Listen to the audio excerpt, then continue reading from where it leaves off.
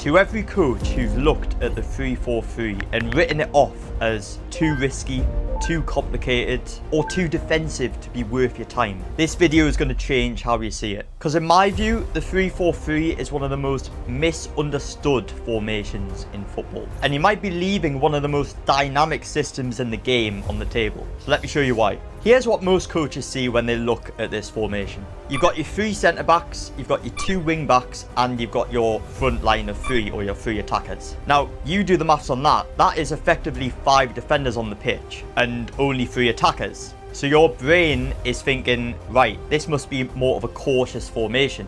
And that's exactly the mistake that people make. Because what you're looking at on paper shows a stark contrast to what actually happens on the pitch, in possession and out of possession. They're 2 completely different things. Because yes, you have an extra centre-back on the pitch, but they're not just there to protect the goal. They are also there to free everyone else up. And that's a shift in thinking that you'll get from this video. Now, before we go any deeper, if you're a coach who wants to understand not just formations, but how to actually go into detail, how to read the game properly, how to apply tactical systems into your own coaching, then that's exactly what we cover inside the 7-day tactical coach. Designed to give you the tactical foundation that the badge system never taught you. So if you like what I've just said there, go and check it out in the description. Anyway, on to the video. So what does this formation actually look like in possession? Because, believe it or not, it can be so effective when attacking up the pitch. So, of course, you have your 3 centre-backs and you have your 2 wing-backs, which are probably the most important positions in this sort of formation, and the positions that you need to get absolutely spot on. If you don't have the players with the capability to do that wing-back role, to get up and down the pitch, but to also understand when to do that at the right moment, then this is where this formation maybe falls down a little bit. But if you have those players, you're making a good first move. So naturally what happens in this formation is, let's say they have the ball just behind the halfway line. These guys are your width creators, let's call them, okay? And they will often push up on the last line of the defence. So let's get a defensive line out. Okay, these guys would push up, playing very high on the last line. And you can see how that's created a little overload already on the last line, which is 5 versus 4. Now, if the opposition team is set up in this way as a back 4, it might mean that they now need to change what they had originally planned. So it might mean another defender coming into the mix to sort of match up that back line and help them out a little bit. That extra man creates loads more space in the building phase for these 3 centre-backs and the 2 centre-mids. But going back to my point earlier, is that the extra centre-back on the pitch actually frees up this bit and allows it to happen, okay? Because when the ball does advance into that area, this part of the team now need to form what's called a rest defence.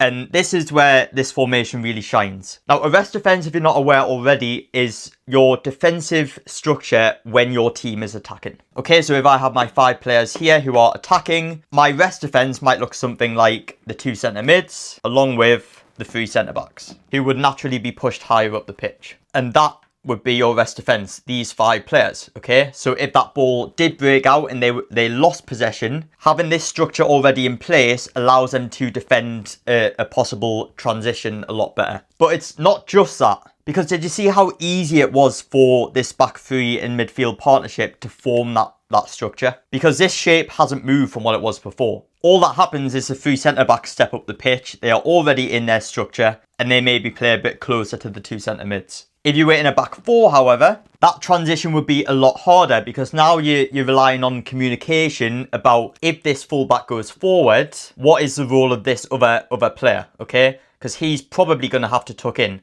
Or he might play an attacking fullback role as well as this player, and he might only have 4 players in the rest defence. But here's what most coaches don't notice about this formation. It doesn't just create natural width, and it doesn't just create a natural rest defence. It creates something far more dangerous and does it in a way that no other formation can replicate. And this is the asymmetric advantage. And I'm going to take you to the build-up phase. So imagine players starting with the goalkeeper, and in a 3-4-3 formation, this is naturally how you would expect them to line up. This structure here is what we call a symmetrical build-up pattern. Okay, because if I chop the pitch in half like this, it is symmetrical on both sides. So you've got the same number of players on both sides of the pitch. 1, 2, 3, 4, 1, 2, 3, 4, and then these two guys are chopped in half. But asymmetric is when it becomes a little bit unbalanced, but in a good way. Because this is when it causes problems for the opposition. So here's one thing you can do. So imagine the opposition have lined up in a pressing structure,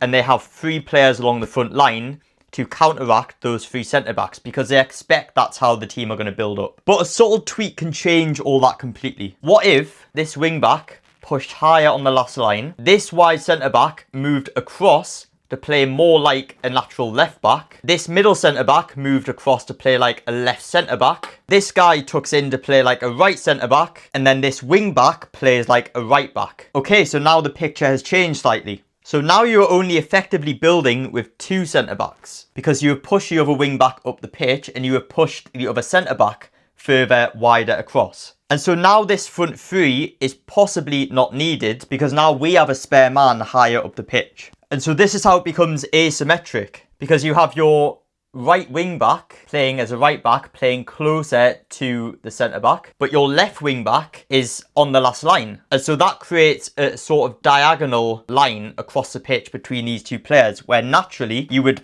possibly have them playing on the same line. This is unpredictable for opponents, and coaching your players to play like this will cause your opponent a lot more problems. But here's another pattern you could use, and this involves a middle centre back. Now at the moment in this build-up structure, this player here is in quite a pointless position, because he's almost too close to the keeper, where the opposition know that he's not going to get past the ball in that situation. So what's he going to do? He's actually going to step higher up into midfield and play almost like a centre midfielder. And he's going to ask this centre midfielder to push higher up as well. Again, creating a problem for the last line if they haven't prepared for it. Meaning these 2 centre-backs can stretch the pitch wider in the first phase. And there you created that space in build-up. And so now you are asking this centre-mid, can you be ready to pick up the ball in these sorts of areas to try and receive it on the half turn and play out? So as you can see, this formation can be very flexible and very fluid. So why does the formation still get a bad reputation? Because there's a moment where it can all go wrong. The 3-4-3, in my opinion, only becomes risky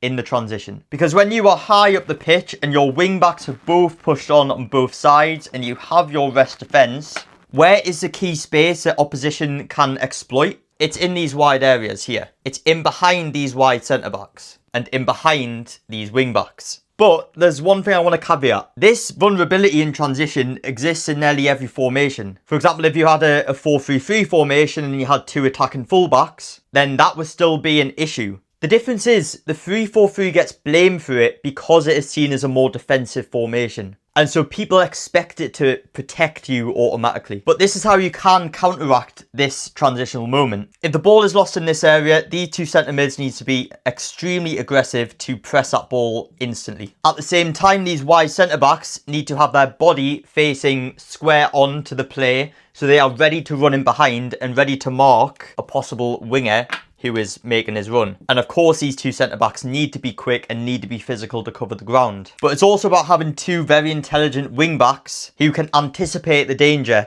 and almost, if they know the ball's going to get lost in here within a matter of 3 seconds, they can slightly cheat a little bit and drop back to here, knowing that that's going to be the case, and make a strong recovery run to get back and help his centre-back. When you add in those 3 elements, this formation is extremely hard to play against. And so the coaches who say the 3-4-3 formation is risky, they aren't wrong about the risk, but they are wrong about the cause, because the risk isn't the formation. The risk is not understanding how the formation actually works and thinks, and having the correct players to perform what you need this formation to do. And that's in fact true in every formation in football. The shape is never the problem really, it's the thinking that lets coaches down. So if this changed how you see the 3-4-3 formation, drop a comment below and tell me which formation you want me to analyse next. And if you know a coach who's been sleeping on this system, send it over to them. As well guys, don't forget to check out my course, 7-Day Tactical Coach. The link for that is in the description. And it already has over 150 members, 150 coaches that this system has helped. Other than that, don't forget to subscribe and like this video. I really do appreciate it.